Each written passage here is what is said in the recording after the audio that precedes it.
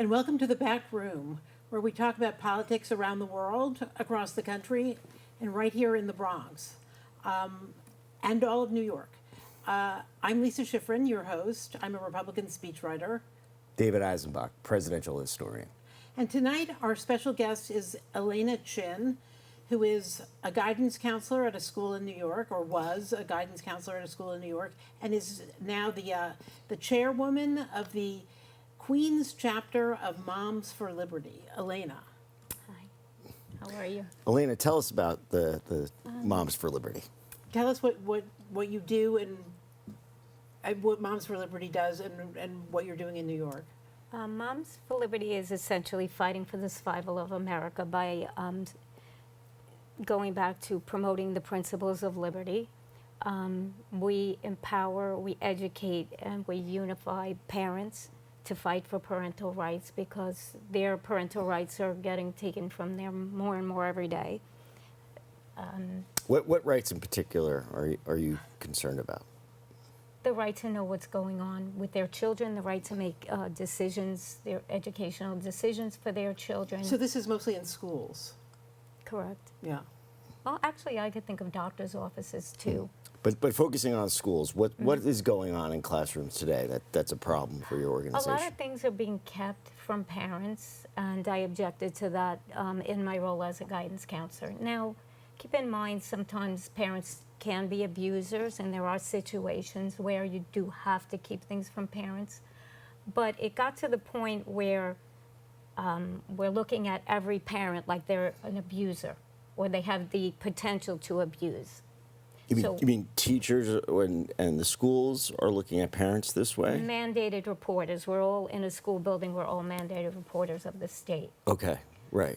So in my opinion, it went a little bit too far. So, for example, issues of gender, any kind of gender confusion. You could only speak to a parent if the child gave you permission for you to speak to the parent. About, for example? Issues of homosexuality or anything to do with gender. Okay. Gender was the topic. We were sworn to secrecy pretty much about anything related to gender. The other thing that I opposed was we stopped needing permission to counsel students. And that was really Permission from parents. Correct. So in the past, and this kind of happened during the pandemic era, I always needed permission to counsel students. And then all of a sudden, during the pandemic and after, I no longer needed permission. And I personally was not comfortable with that. I said, well, I'm going to get permission anyway. And so I did. I don't feel it was my right or anyone's right to counsel a child without the parent's permission. So I did continue to do that. Tell us a little bit about social and emotional learning, which I know goes on in New York City schools. Again, social emotional learning, in my opinion, and just keep in mind, my opinions are not the opinions of Moms for Liberty necessarily. So I'm expressing my own opinions here on this show. I see it as a state-sanctioned religion. I think that it makes the state determine what values and so on our children are taught. And sometimes those things might conflict with the values at home. So give us an example of some of the values that are being presented to kids right now that weren't in the past. Oh, anything related to gender, that there are more than two genders, or you can be whatever gender, or your parents might have made a mistake, and you might really be a girl, or you might really be a boy, or you might be happier, as the opposite sex. I mean, or like, for example, standing online. At what age does this start, the social and emotional learning? My school started in 3K. 3K so I is don't 3 know, years old? 2.5, 3 years old. Whoa. And I didn't know exactly, I can't speak to exactly what went on in that class, that grade level, because I didn't work much. My license was with K to 5. Okay. So, but, everyone, the whole school was instructed there was no longer a boys and a girls line. Mm-hmm. Now, if you could imagine telling children, you don't have to stand on the boys' line or the girls' line. And they're looking at you like you're insane. And they don't want to stand on the line with the opposite gender. And of course, even if a kid did, you wouldn't punish a kid for standing on the wrong line to begin with. So this whole thing was insane. But, you know, you would be fearful that you're not following protocol. Everything's about protocol. If, you know, someone walked in and your kids were lined up in a boys and a girls. Right. Now, what about in the classroom? Like, you know, what is being taught that your organization has a problem with? More of it started to go on, you know, after I left, because it's all dependent on what school you're in. Okay. I can't say my school was that entrenched in it at that point. It was just beginning to happen. But this emotional sort of teaching, definitely. explain this a little bit. Okay, we look at every child like they've experienced trauma. And it all sounds wonderful, and it all sounds, the intentions are good. But it can get out of control also. Like how? You're almost looking for a trauma. Because you're afraid now that you missed something. Okay? And So the assumption is that parents are abusers. not necessarily only parents, that they've been through some form of trauma, so now we have to treat them in this therapeutic way. Okay. So we've gone from teaching to a lot of therapy. Therapy not only with the guidance counselor, but therapy in the classroom. And this takes the place of what? Of math or reading or history or? Well, it does definitely take time from the core subjects, because you have emotional check-ins and how do you feel, and everything's about how do you feel. So this is happening with a teacher who's not trained in this. Now, Correct. engaging in these discussions with one student while all the other students are there? Or? Correct. That was another thing that I opposed. It went against everything I was trained to do as a counselor. No privacy. No privacy. No privacy. And children, you know, they will do what they They'll think you give want you them to what do. they think you want. So they'll give you a trauma if they don't have one. They will.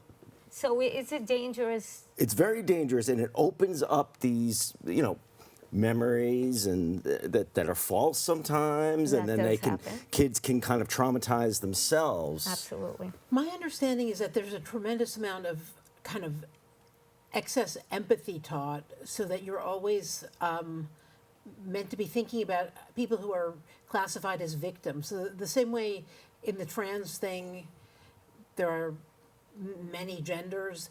In social and emotional learning, you know, blacks are victims and immigrant children are victims. And if you're not from either of those groups, you're not a victim, and therefore you don't count. Oh, I would agree with that. Yes, we do teach kids the role of victims, and I don't see where that's empowering, because, first of all, if you have experienced some kind of trauma and you come to school, do you want to think about it all day? Is that And I conducive definitely to wouldn't want to learning? be talking about it in front of my friends I in don't. the classroom. When I would go to work, if I had something going on in my life, I would want to go to work and forget about it for 8 hours. You know, so now it's having the opposite effect, I think. And Abigail Schreier wrote a very interesting book called Bad Therapy. She talks a lot about that if you keep, you want the child to essentially move past the trauma. You don't want them to keep talking about it and living in it. So it's actually detrimental. And how, when you have a child thinking about what's upsetting them or whatever, how is that conducive to learning? How are they supposed to shift gears now and get on, you know, oh, let me learn some math now, or, you know, let me learn some science. But when, and if you're not a trained professional and you bring something out in a child in the middle of a classroom, I find that harmful as well. And are there explicit politics in this? It's what we were trained to do. It's culturally responsive education. It's part of all of that. What does that mean? Responding to the needs of each unique culture, I guess. You know, like one of the things we are told, for example, children need to be taught by people who look like them. This is another bizarre thing to me. That's like a doctrine. That's like This is what we were told. They need to be taught by people who look like them. This is how children learn best. So there was a lot of, and all of this stuff was coming out, and I'm like, what is going on? Now, I wasn't new to DEI, diversity, equity, and inclusion, because years back I went to my first training on DEI and I was mortified. I literally felt ill from what I was hearing. We're a system of white supremacy designed to keep children of color down. Now imagine me as a guidance counselor who works in a building where I could maybe count the number of white students I had on one hand. And this is what, I'm like, really? That's what we've been doing? That's what we're all doing here? It was very offensive. Talk about being offensive here. How are we supposed to take that? Yeah. And it created all of it creates such a toxic environment. Because now, as a white teacher, I was uncomfortable with amongst my black peers or my black principal. You know what? I want you to hold that thought for a minute. We're going to take a break. We're going to go to a public service announcement. Okay. Please stick with us, and we'll be right back.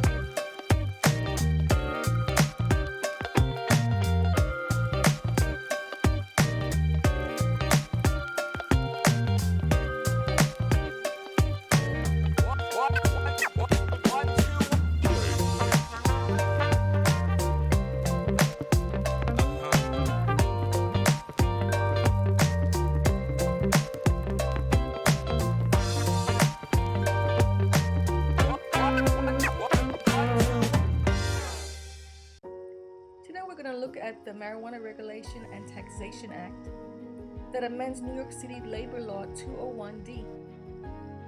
It balances legal rights of workers and those of employers, while recognizing federal law. It protects those that are over 21 and legally employed.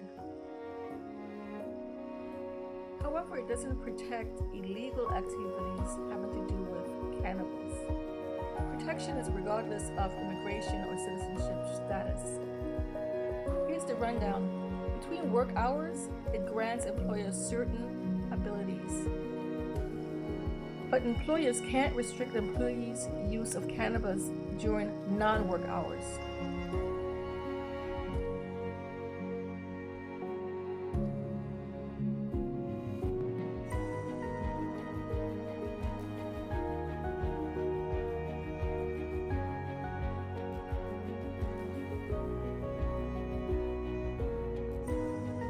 However, the amended New York Labor Law, Section 201D4A, lets employers take employment action or prohibit employee conduct where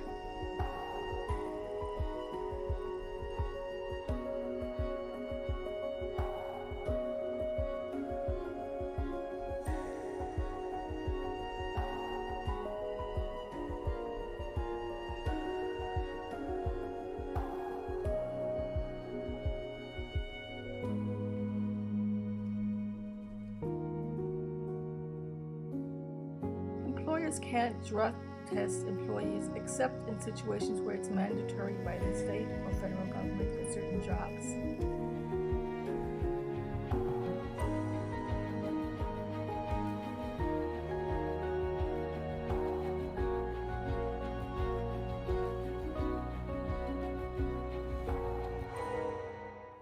Welcome back to the back room. We're going to move to national politics now. This has been a big week for Jeffrey Epstein, long dead, but not out of sight. Yes. He's come back. Donald Trump is under some heat because Republicans want to hear about this and Trump doesn't want to talk about it anymore. Republicans want to hear about it. Democrats want to hear about it. Democrats America are really wants to hear pushing. about it. Yeah. Well, they smell blood in the water. That's right. And the sharks are circling. We have this letter that was published in the Wall Street Journal. Trump, in response, now has launched a lawsuit against Rupert Murdoch and News Corp. Good luck on that. I think he opened up a big door for Rupert Murdoch to go Well, into he's claiming discovery he didn't write the letter. and depositions. He's claiming he didn't write the letter. Now, that's a problem because the federal government has held that letter for a long time. So it would have to have been, according to Trump, part of a hoax perpetrated by Obama and Comey in order to frame him, years ago.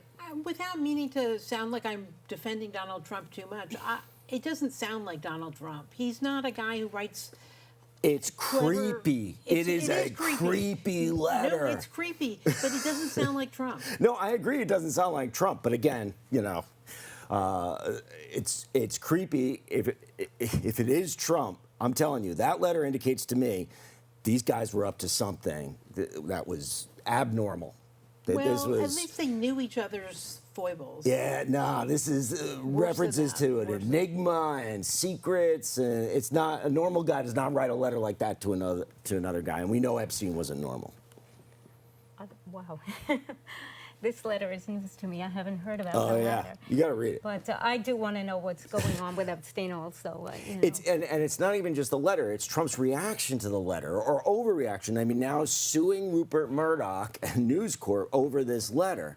Well, as of tomorrow, Congress is being sent home to avoid having them vote on a bill to bring out more Epstein stuff. The bipartisan bill, Ro Khanna, Thomas Massey, right? And it's got the support in the Congress. They had to just shut Congress down. Mike Johnson just going along with whatever Trump wants. But this thing isn't going to be over. They're hoping it's going to blow over when everybody goes away on summer vacation. It's not.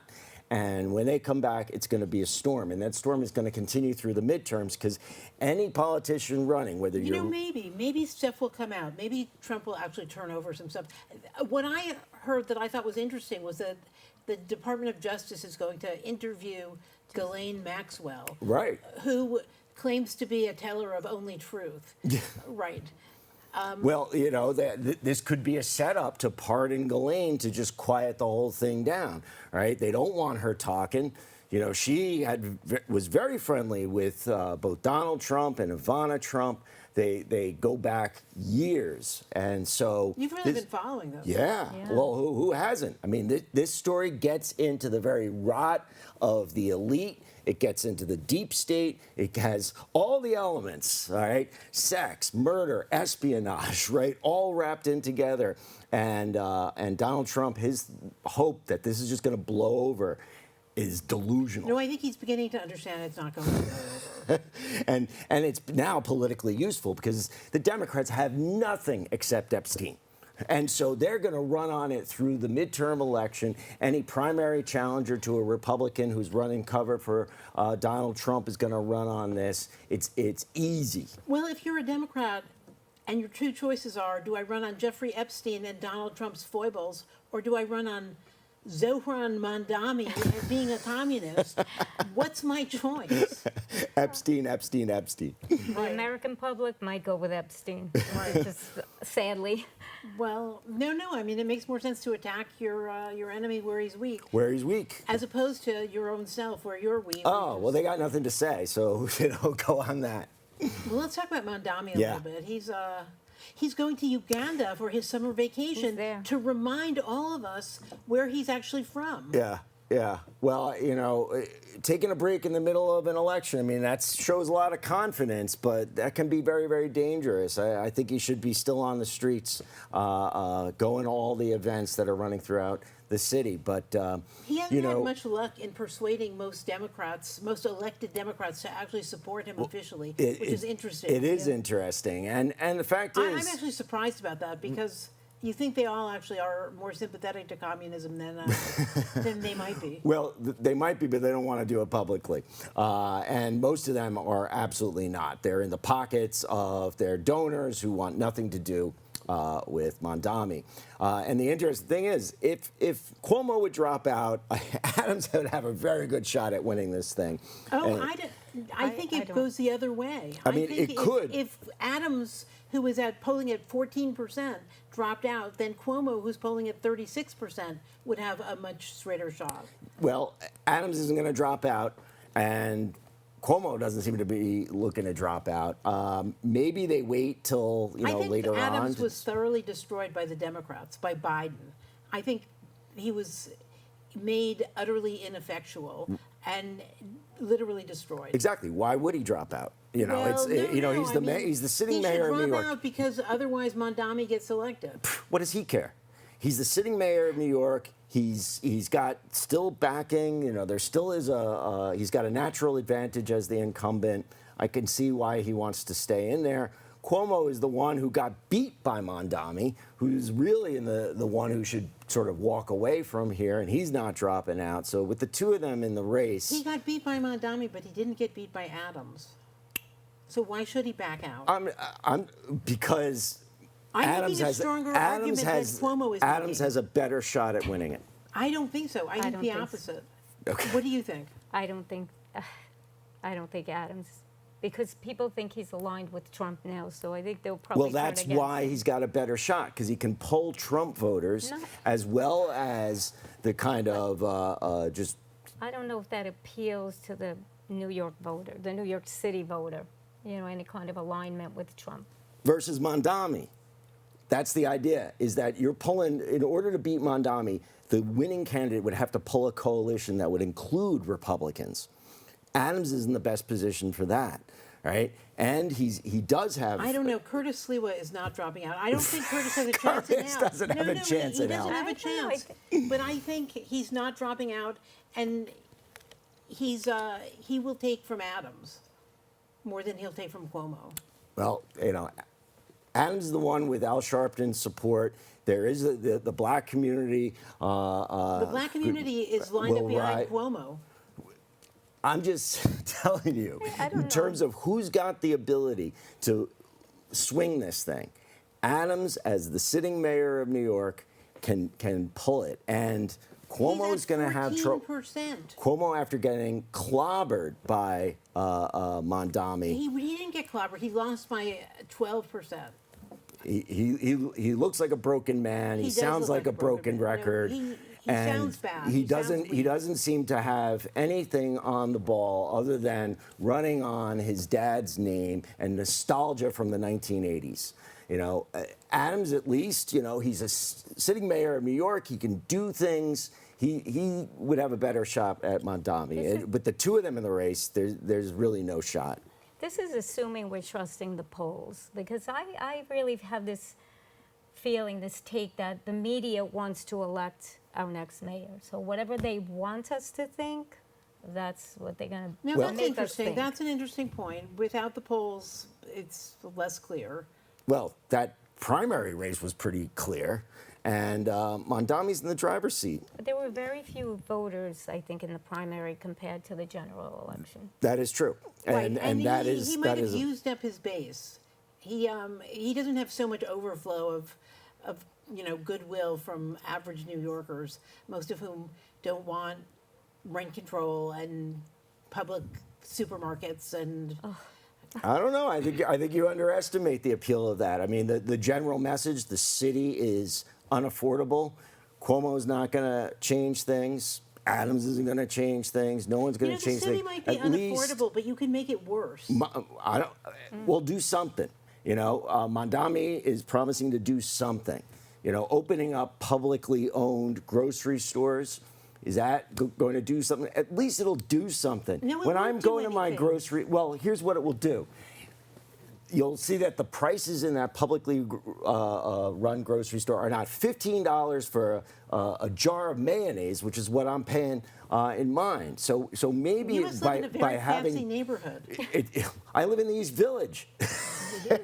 I wouldn't call it a fancy neighborhood, but it's definitely becoming totally unaffordable. And if there's going to be an alternative a voice and a mayor who's going to come in and actually try to create an alternative to the price gouging that we see every day, then let's do it. Let's try it, because the path that we're on is unsustainable, and nobody else is offering an alternative. You're really in support of publicly owned and run grocery stores. I'm in support of something that will shake I just up want the to get you on the system. record. Publicly owned grocery stores, you're in support of this. I would be into seeing what happens with Because a the test of grocery business- how does a publicly owned grocery You store know, my work. father owned grocery try it. stores. And I can School tell lunch. you, there is no business with a smaller margin of profit. Whatever they're charging, it's not gouging. They're making 2 cents on that bottle of mayonnaise. The West Side Market on 3rd Avenue is gouging. They are gouging. Ask anybody who shops there. Well, when I think of government-run supermarkets, I think of school lunch. So if I were going to talk to kids, honestly, I would say, well, that's what happens when the government's taking control of your food. Yeah, it gets disgusting. And the other thing is your choices become limited. And will there be enough food on the shelves? When the government is in charge of things, things don't always run that efficiently. Understood. But when you have this, outrageous prices that are being charged, that are well beyond anything that you see in any other town outside of New York City, something's up. Meanwhile, I'd like to know who he's going to appoint, who Mondami thinks he's going to appoint to be schools chancellor. I heard Jamal Bowman, which I think is a disaster beyond anything I could imagine. They've been talking. I'd like to know who Cuomo thinks he's going to appoint schools chancellor. That would make a difference to me. I'd like to know how Cuomo is going to reform crime. Yeah. I'd like to know. I would like to know these things too. What and they're gonna do Andrew with public Cuomo, transportation. Andrew Cuomo didn't bring it out during the primary race. So what do we expect him to bring it out now? I No, mean, he's you know what? pathetic. I would support Cuomo not because I like Cuomo. I think he murdered 15,000 elderly people during COVID. I don't respect him, but I think he's the lesser of two evils. And I think this election is a classic lesser of two evils election. It has nothing to do with who you like or what you ideally want running your city. Fair enough. But if Cuomo is going to win this thing, then he's got to talk about issues other than Israel and Palestine. Because just by, basically this smear campaign against Mondami, it was ugly. It was like where he was from was an issue, right? Take that out. It's Let's not talk where he's policy. from. It's the fact that he's got a long history of being anti-Israel, anti-Semitic, and pro-Palestine. That's That accusation didn't stick. He got a lot of Jewish votes during that primary, and he's going to get a lot of Jewish votes. Far-left Jewish votes. On that note, we It's have New to York. wrap this up. You got the last word. Thank you so much for watching us tonight. We'll be back next week with more backroom political talk. Have a good week and come back soon.